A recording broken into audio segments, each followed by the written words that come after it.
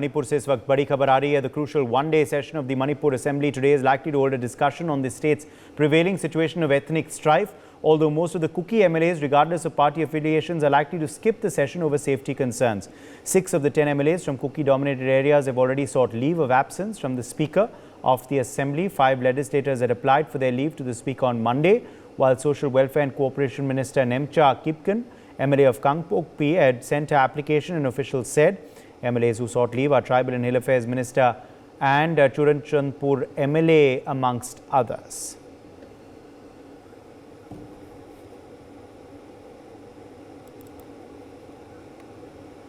So a one-day session of the Manipur Assembly will be taking place today, and we are learning that ahead of that session, most of the Kuki MLAs, regardless of party affiliations, are likely to skip this session due to safety concerns. In fact, many of them have already put in their leave of absence to the Speaker.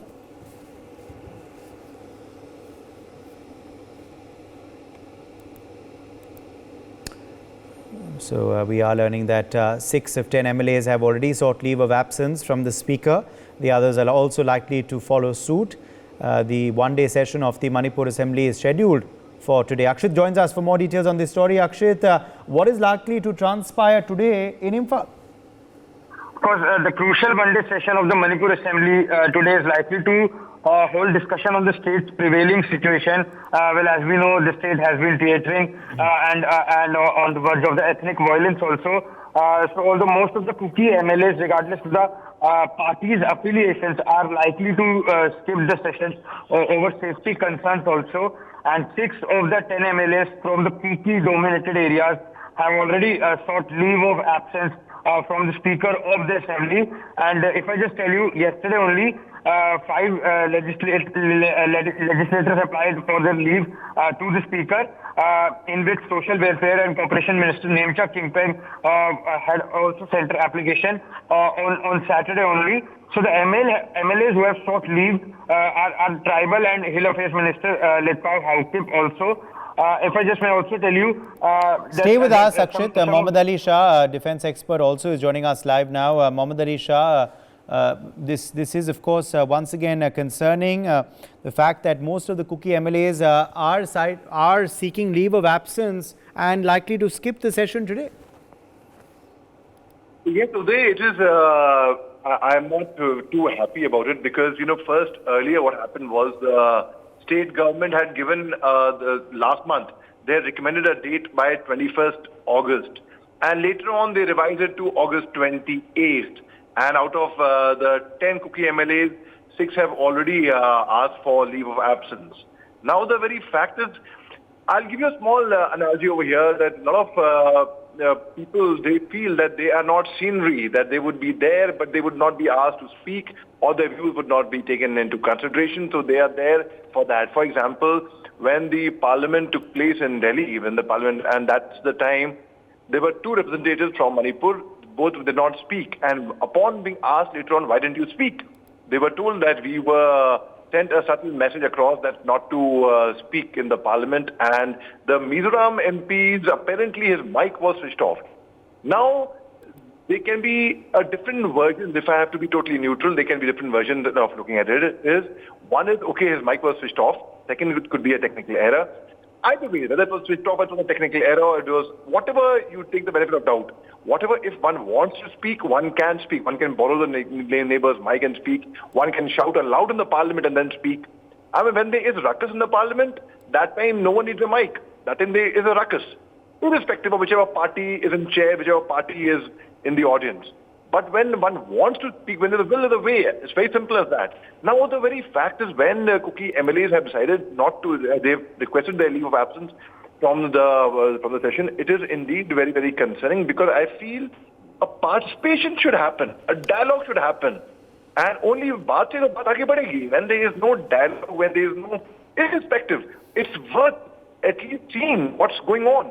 Okay, Mr. N. Singh is not very popular in Manipur, I understand, especially among Kukis. I understand that as well. But then again, one has to give peace a chance. One has to, because there has been enough of bloodshed from both the sides, from the Mete side and from Kuki side. People have suffered. There have been loss of life, loss of property, loss of damage to a whole lot of things. Now the time when they should be is the wounds are too deep. And I have been speaking to a lot of Maites and a lot of Kukis as well.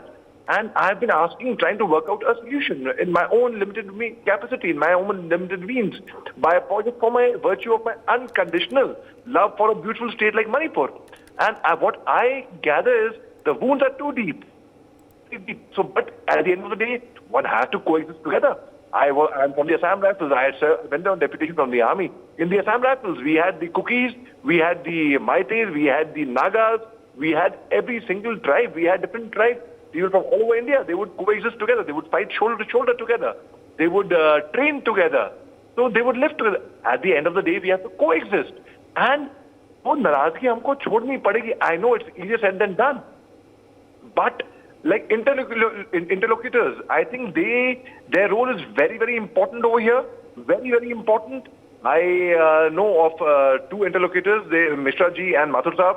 They have been doing a very, very good job with regards to the alphas and the government, and regarding their own respective ways. They have a good job in trying to get both the parties for a conversation, for a dialogue. They have been, I'll correlate it with an example of the chairman ceasefire monitoring group, General Bedi, in Nagaland. He, in fact, he monitors that there is no application of ceasefire from either sides, from the underground, that is the NSCN, be it NSCN IM, NSCN K, be it from the Army, Assam Rifles. He monitors that. And at the same time, peace has to come in the beautiful land like Manipur at any cost. So when I see a session happening over there, and when I see low participation, people asking for leave of absence, in other ways, if I would say boycotting it, if I have to use those words, then it is not really, one has to contribute their own little way. Because I believe the society will not change unless and until we change our own selves. I have been praying for the peace in Manipur. I have been commenting on YouTube. In fact, people who have been seeing my comments on YouTube, praying for peace in Manipur has become a standard staple line by me. It's been like, because one has to, I'm sure, even the people who have asked for absence, I'm sure even they want peace in Manipur. I'm sure they want goodwill. There are few things which I, like for Kukis, with all respect and love and adoration for them, for all the tribes deserve respect, be it Maites or Kukis. Separate administration is the only solution, is what they have been talking about all this while.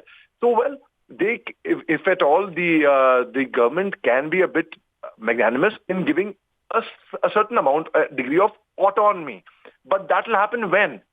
That doesn't mean an autonomy, does not mean a separate administration completely. It can mean, say, an autonomous in the hill district. It can be an autonomy. Now, that will happen only through dialogue. That will happen only when you are giving. That will happen only when you come down on the table and discuss, when you talk it out. But again, when a dialogue, it has to be happening in both ways. It can't be a monologue where then the thing and the other people cannot be like a scenery, sitting there and just watching what's going on.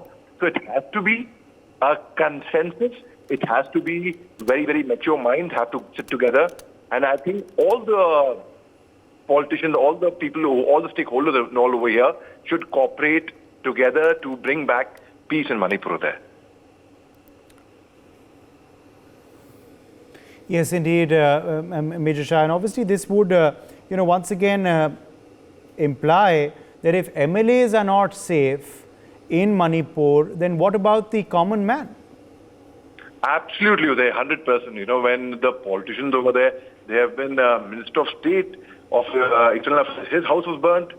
They've been MPs, former MPs, they have been MLAs, they're not safe. I mean, common man, to bahut dur ki baat rahi. I have been in conversation with the former MP, Kim Gangte, and a very fine lady, very well refined. And in fact, she has her own ideas of bringing peace into Manipur, and I think they are very mature, very sensible, very balanced thoughts.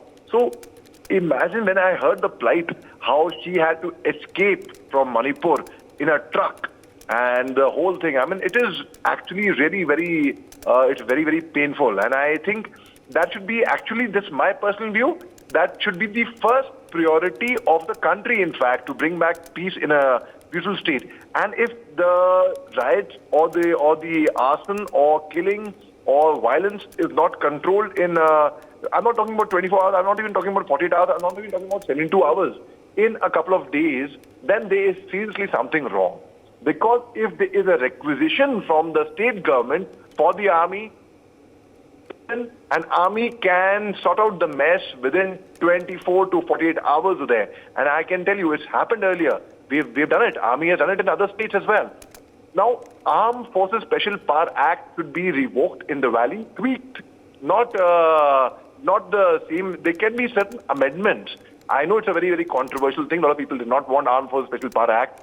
There can be certain amendments. One cannot revoke Armed Forces Special Power Act completely. But one can definitely tweak it. One can definitely modify it. One can definitely have certain amendments. Like as per Geneva Conventions, the Armed Forces Special Power Act gives the armed forces certain powers which can enter any house anytime, search any house anytime, arrest anyone anytime on suspicion only, without a search warrant, without an arrest warrant. Now, obviously, when there's a saying that says power corrupts. Now, when certain degree of power is given, they have a check also on it. And I'm sure our officers, our commanders are very capable, are very competent to keep a check and balance of the Armed Forces Special Power Act, which will not be misused. Unfortunately, in 2004, there was an alleged Manorama Devi rape case in Manipur, which took place. And when the Mira Paibis, they had protested and they had removed their clothes, they had stripped naked outside the Assam Rifles headquarters, and they at Ketan Manbi, in 9th sector, also there were protests over there. In fact, I was in conversation with the commander of the sector of the Assam Rifles at that time, Lieutenant General Vijay Pillai, who was a brigadier at that time. And he told me about his experience, how it was, and how it went on that time. In 2005, I stepped as a soldier, as a young captain on the soil of Manipur. And of course, the sentiments were high. The people they had the emotions, the passions were very anti-armed forces, very anti-Assam Rifles, very anti-army, not just in Manipur, in fact, in the neighboring states as well. So, but we worked hard. We worked hard to win their trust, to get them on our side, to make them feel that the armed forces is not here to intimidate you. They are here to protect you. So when there is Armed Forces Special Power Act tweaked I'm talking about, a lot of people would say, no, it's not be tweaked, no change, no amendments, but as it is. But I feel you've got to be a bit flexible. You can't be too rigid. And because at the end of the day, the goal has to be achieved. The goal has to be achieved. Peace has to be maintained at any cost. Human life is not cheap. Human life of our citizens, of our India, which is actually growing, one of the fastest growing economy of the world. We have overtaken Britain. We have overtaken UK. In fact, UK is behind us in economy, I would say. And we have reached the moon. We are doing so well. The whole world is looking at us. As Gautam Buddha once said, we have to get peace within to get peace outside. We speak about getting peace in Russia, Ukraine. We want to be mediators. And we can be. We have all the capabilities. So why not here? As they say, charity begins from home. So why not peace begins from home? So we have to get this sorted, because I have extremely dear friends who are Maites. I have extremely dear friends who are Kukis, personal friends. I have extremely dear friends who are Nagas. In fact, so much so to the fact that language as good as I would speak English or Hindi or Urdu for that matter. So they are very simple, very straightforward, very innocent people. They have been cut off we have neglected them for a while. They have to be inculcated, they have to be brought back to the mainstream. And we have to make them feel they are one of us, and which they are. Absolutely. Which they are. Yes, sir. For more such videos, subscribe to the NewsX YouTube channel, hit the bell icon.